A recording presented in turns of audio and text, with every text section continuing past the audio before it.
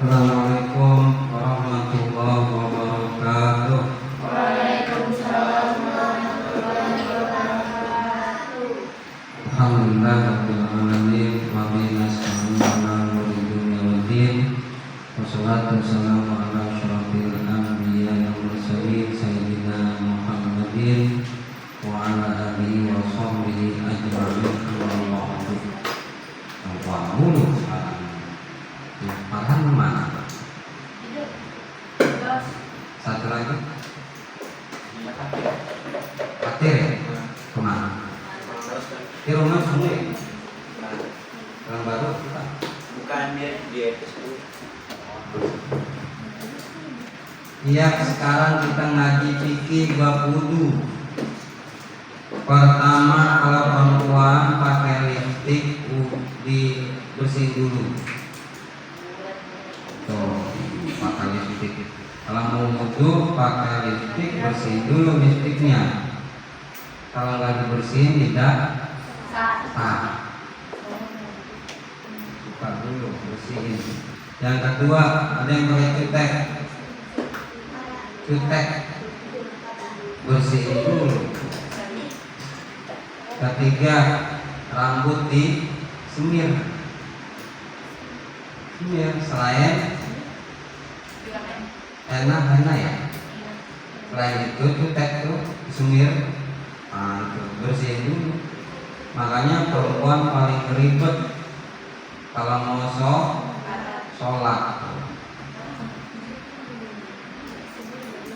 Makanya alami aja, nggak usah pakai lipstik, nggak usah pakai. Perempuan itu satu yang nggak boleh, pertama alisnya dicukur. Ada yang cukur? Iya. Nggak boleh alis di. Yang kedua, perempuan itu pakai rambut sambung, wig. Nggak boleh. Bagian serem itu rambut mayat. Yang ketiga, giginya dikasih apa tuh? Begel ya?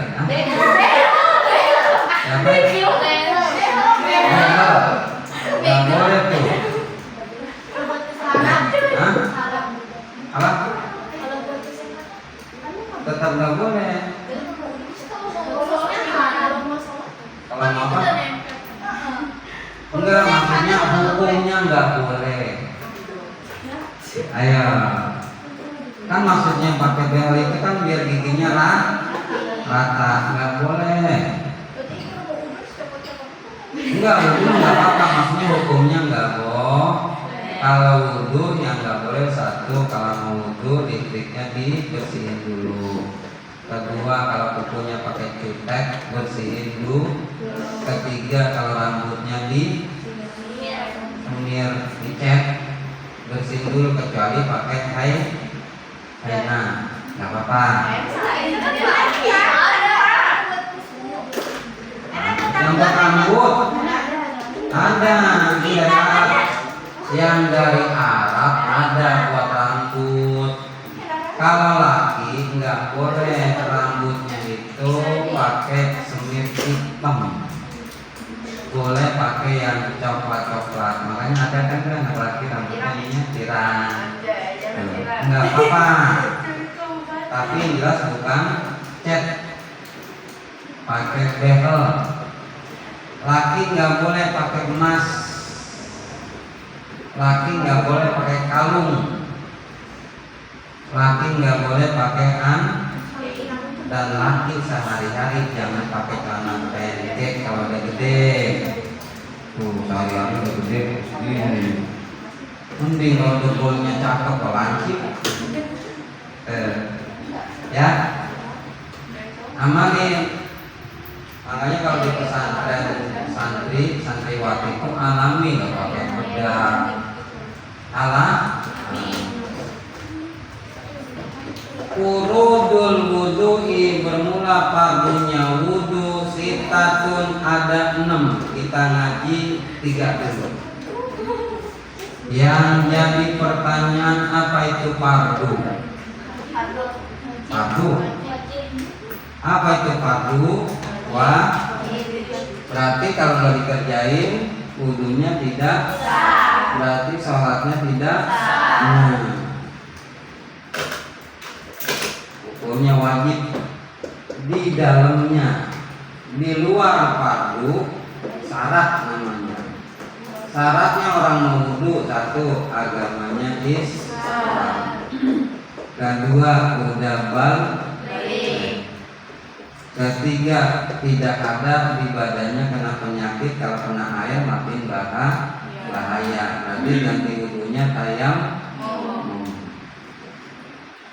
Pertama niat. Nih kalau nggak niat nggak sah. Niat itu adanya di mana? Niat di hati. Niat itu di hati. Kalau lafaz hukumnya sunnah. Niat itu gimana?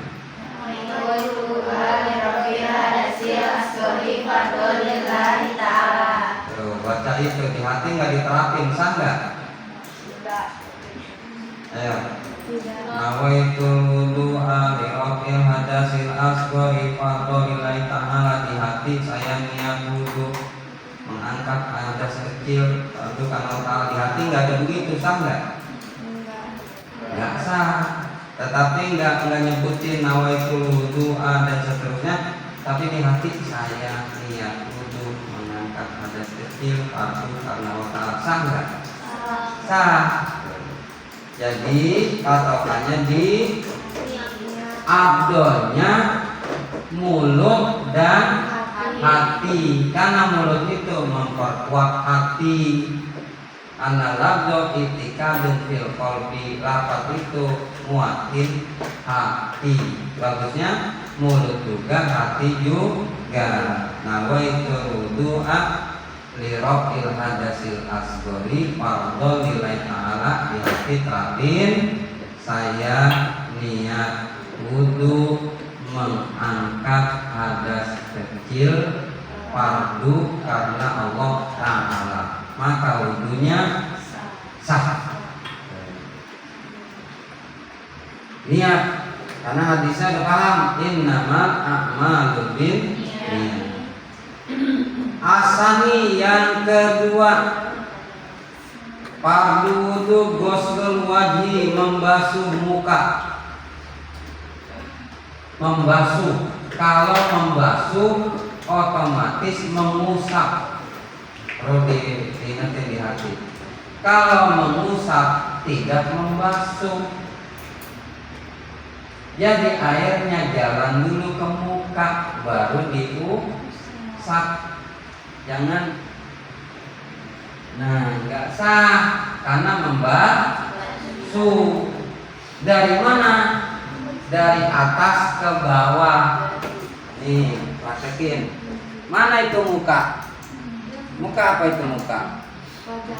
Iya, batas-batasan muka mana? Dari sini dulu. Ini mana bitisari ila intahadrakoni, dari ini batas rambut sampai dagu bawah. Nih. Iya, sampai sini. Makanya perempuan kalau sholat tidak sah kalau mukenanya di sini. Ada sholat di sini mukenanya? Enggak sah. Di sini. Oh. Nah, makanya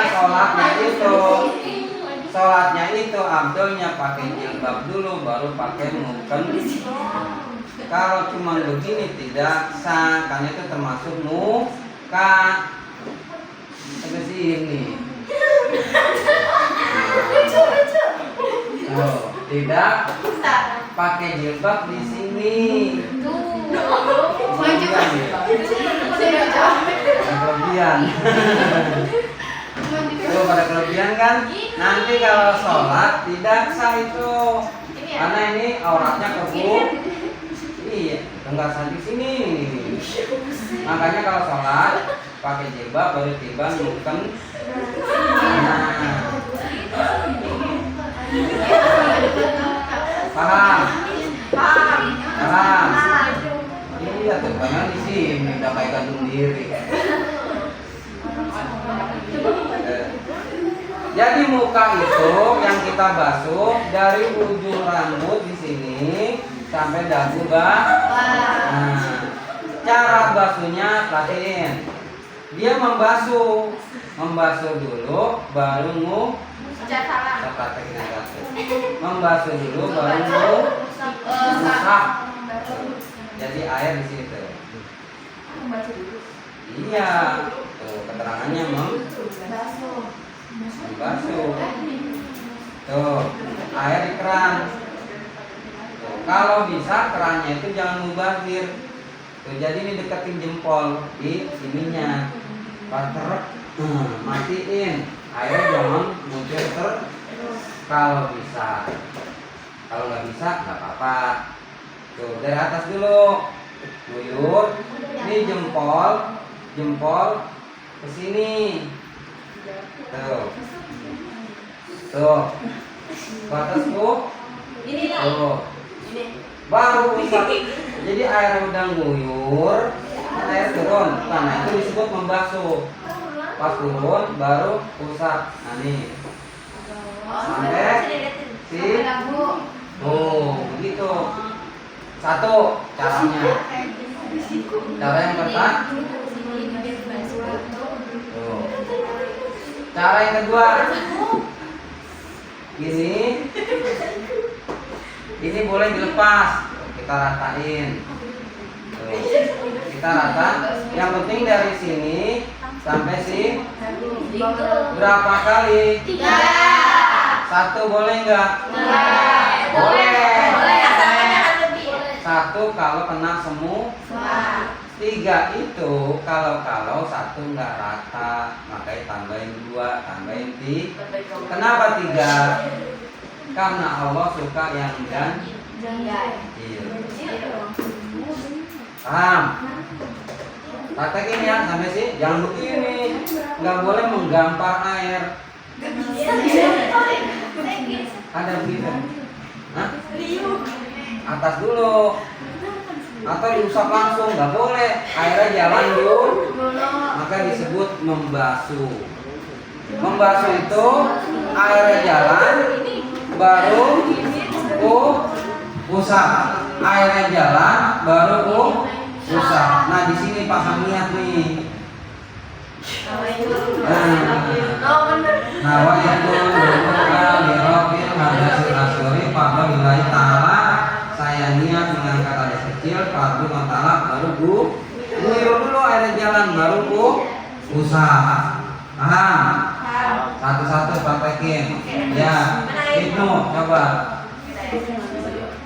Oh saya. Ya. Sampai dagu mana? Lain. Ya, terus.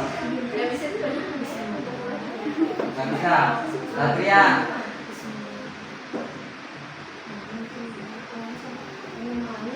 Ya.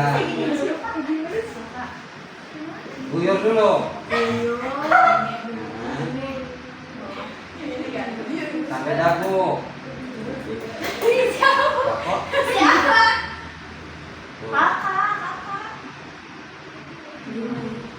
Kakak. Iya, kira. Itu gampang, nggak boleh. Air nggak boleh kepok-pok gitu. Siram dulu. Siram. Guyur.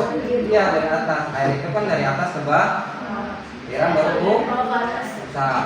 Paham? Yang kedua, fardu wudu membasuh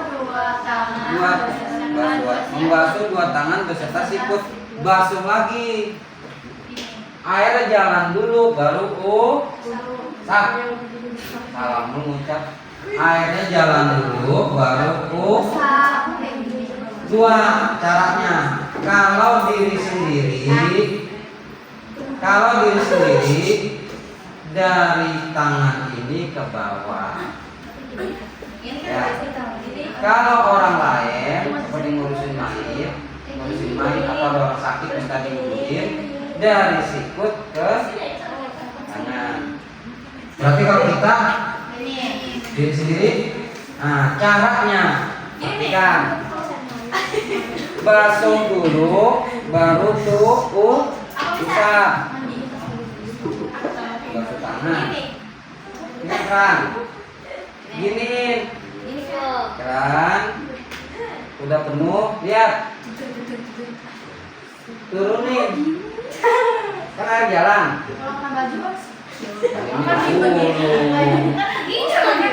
Ini gulung, enggak sampai sini. Enggak boleh. Orang minta diwuduin. Tuh. Turun.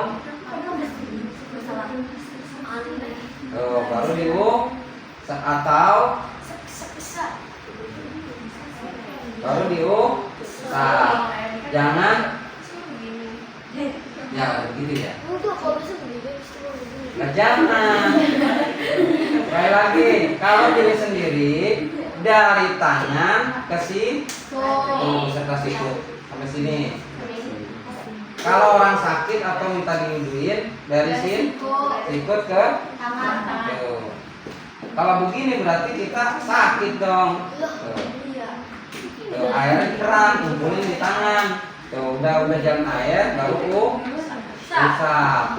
Paham? Berapa kali? 3 kali. Sama. Baru air jalan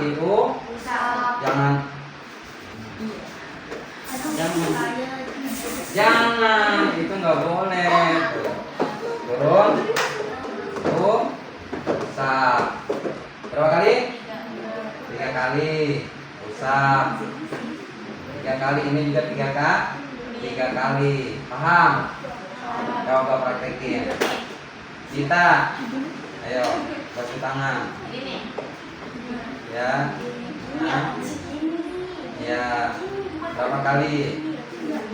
Ya. Pokoknya patokannya kalau diri sendiri dari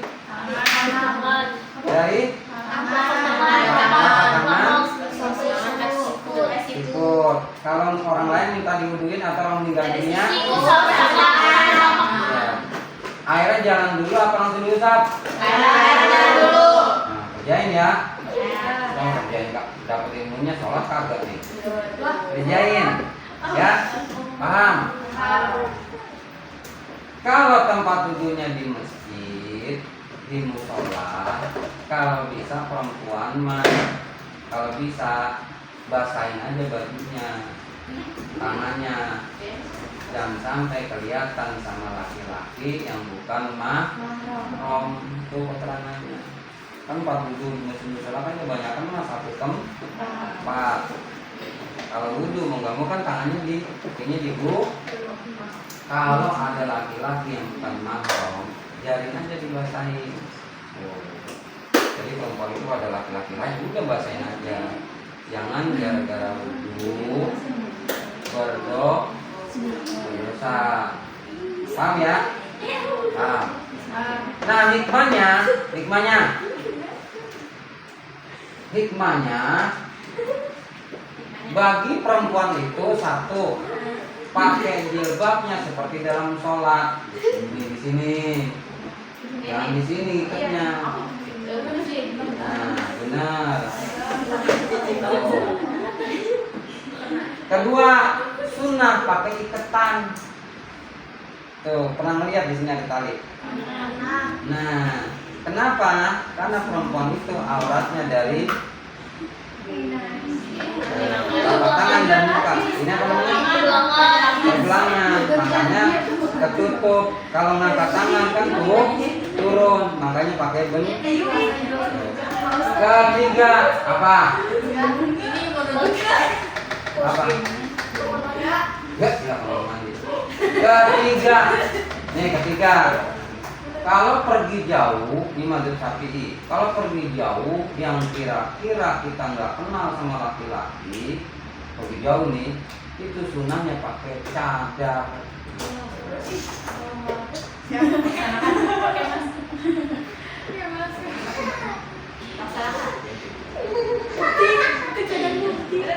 Harus kayak gini atau kayak apa? Kan ada yang tertutup begini matanya doang. Pakai masker boleh nggak, Kak? Begini aja. Tapi alisnya ketuh. Berarti matanya seperti Ya. ini. Kalau pergi jauh.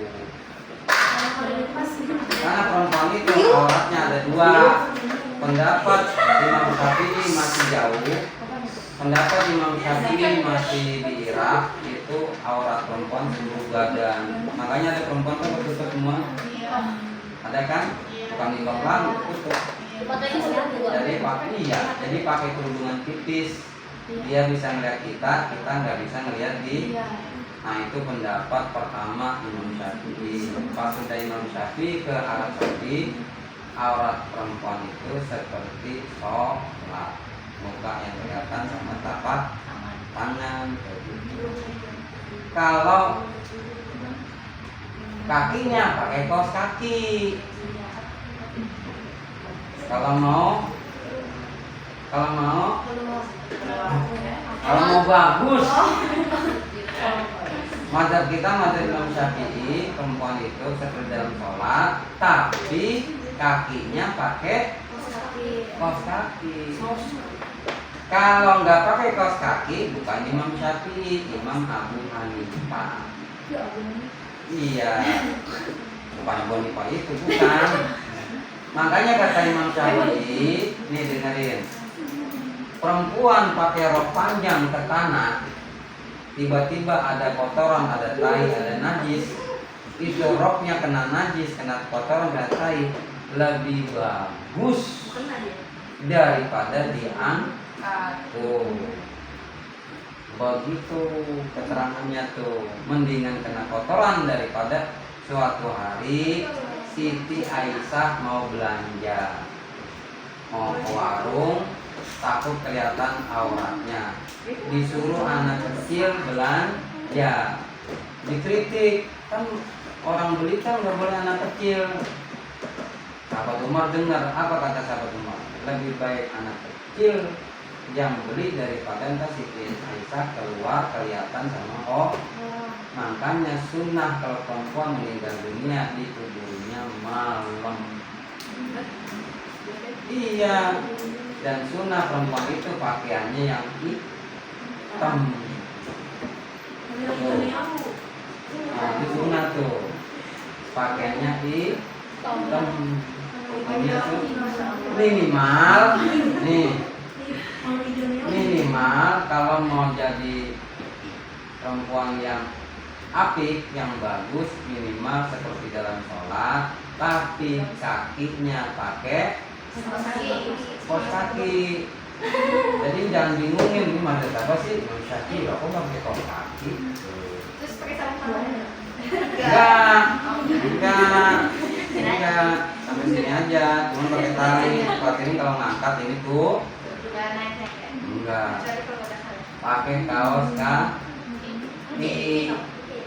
Kenapa? Nanti jodohnya disebut satu kuku, satu kuku yang sama-sama seperti itu. Begitu jodoh itu. Allah itu mentakdirkan seseorang jodohnya itu yang sama kayak dia itu disebut satu kuku.